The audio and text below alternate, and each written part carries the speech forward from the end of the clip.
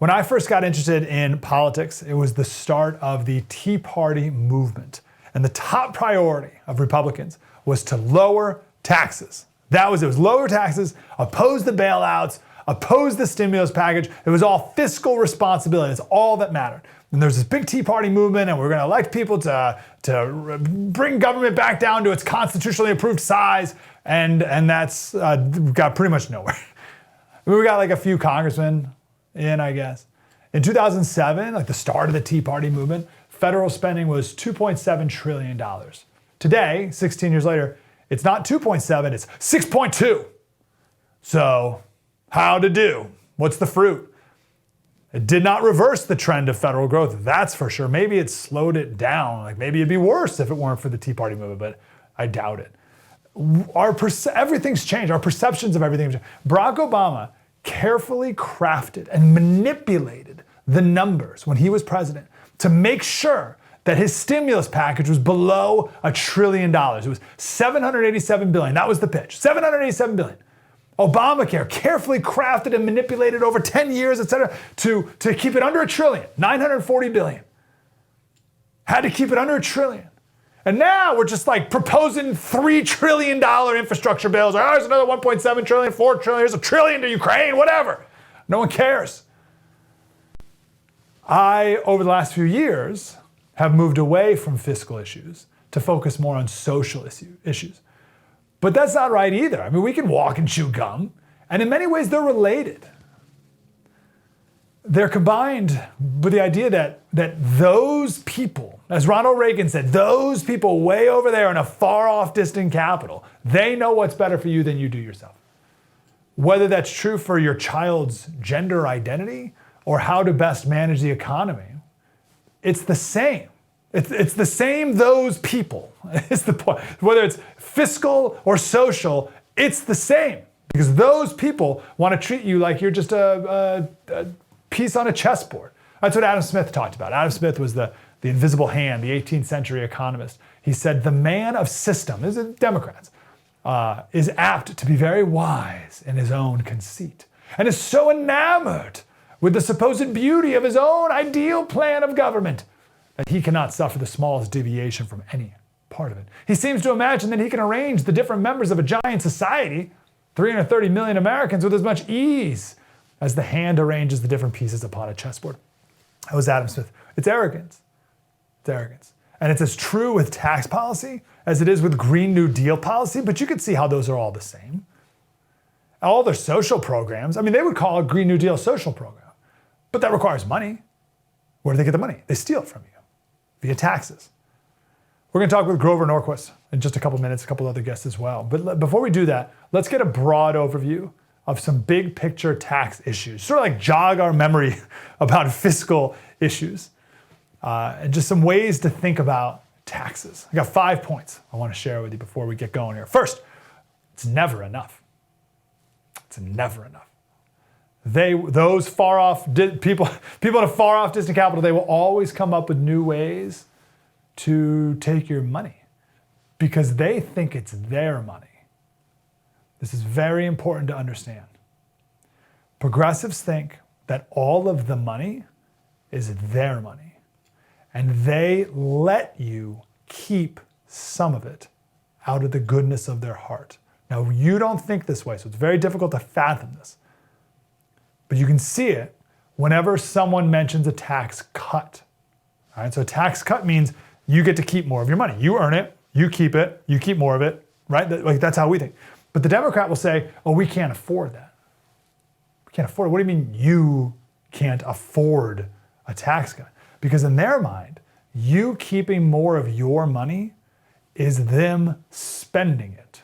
They can't afford to spend it, to give it to you. It's their money first, and a tax cut means they're giving you, they are spending their money to you. But it's theirs. Do you see how that works? They have it backwards. And that's why it'll never be enough, because they're greedy. We'll get to that in a second. Point number 2, we don't have a tax problem. We have a spending problem, always, right? Just keep this very simple. I know numbers can be like, I don't get numbers. The federal government revenue, so that's how much money the government took from you, was $4.9 trillion this last year, but the Fed spent 6.2. So they took in 4.9, spent 6.2 trillion. So like, oh, we need to raise taxes. No, you need to cut your spending. If all we did was cut our spending back to the apocalyptic days of 2019, where the federal expenses were 4.4 trillion. So we brought in this last year 4.9. 2019 spent 4.4, we'd have a surplus. That's going back to the spending of 2019. Now, if you want to go crazy and bring our spending back to 2009, we only spent 3.5 trillion. So we could lower taxes by $1 trillion, still break even. So like, this is simple. We can do this, but of course, the people in a far off distant capital don't want to. Third point, who are the greedy ones? If you want to lower your taxes, you're called greedy. But the politicians who have nothing to do with you earning money, as much as Barack Obama wants to say, you didn't build that, they have nothing to do with it. When they want more of your money, they're never greedy. Funny how that works, isn't it? We need to call these people what they are. They're greedy. Now, of course, they always frame it as helping the poor. But they're not helping the poor. They're helping themselves. We'll explain more of that in the last segment. Fourth point, they will always come up with new ways to take your money. In California, where I live, they floated out this idea, and eventually we'll pass it, a tax on people who leave the state. So you'd pay a wealth tax. Oh, but it's only 0.4% on anyone worth over $30 million is all. For now. That's another bullet. I should have had that bullet point too. It always starts small. It starts small, doesn't apply to you. People are like, yeah, that's great, tax the rich. And then eventually it comes to you. The original income tax in 1913, we'll talk about this later, adjusting for inflation was 1% on everyone making over 30,000, and the max was 7% tax rate on everyone making over 15 million. Today, the top tax rate is not 7%, it's 37%, and the 12% lowest tax rate is on anyone making just $9,000. So never believe a tax proposal when they say, well, it's only on the extremely rich. Not for long. Because as long as you have money, they'll find a way to take it from you. But back to the point. It took a constitutional amendment to make the income tax legal. It was the 16th Amendment. It wasn't even legal for the government to take your income.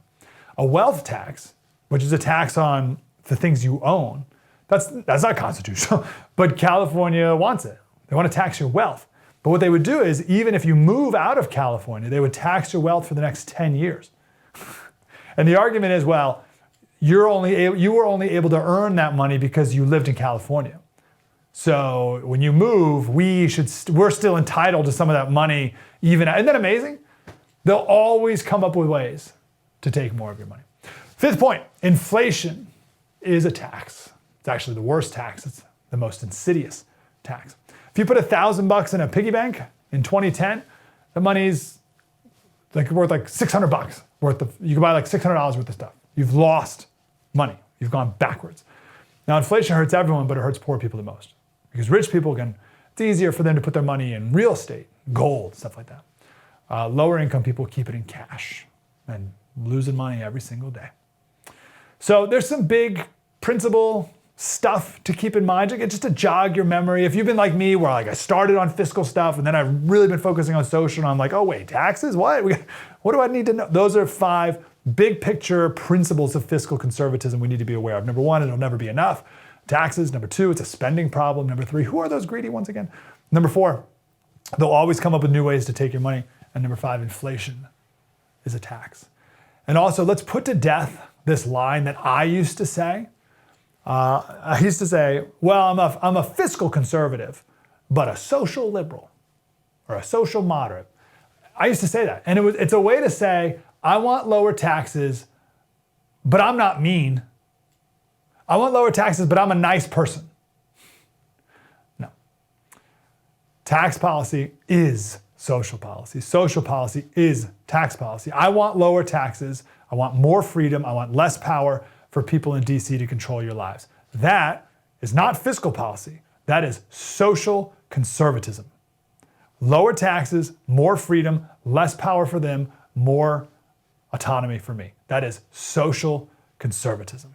Hey, thanks for watching that clip. We covered a ton in our Taxed to Death special. We talked about what taxes were in the beginning of our country, how people were taxed. It's much more moral and appropriate and fair and proper than the beginning, the genesis of the income tax in 1913. We had to have a constitutional amendment. So where did that all come from?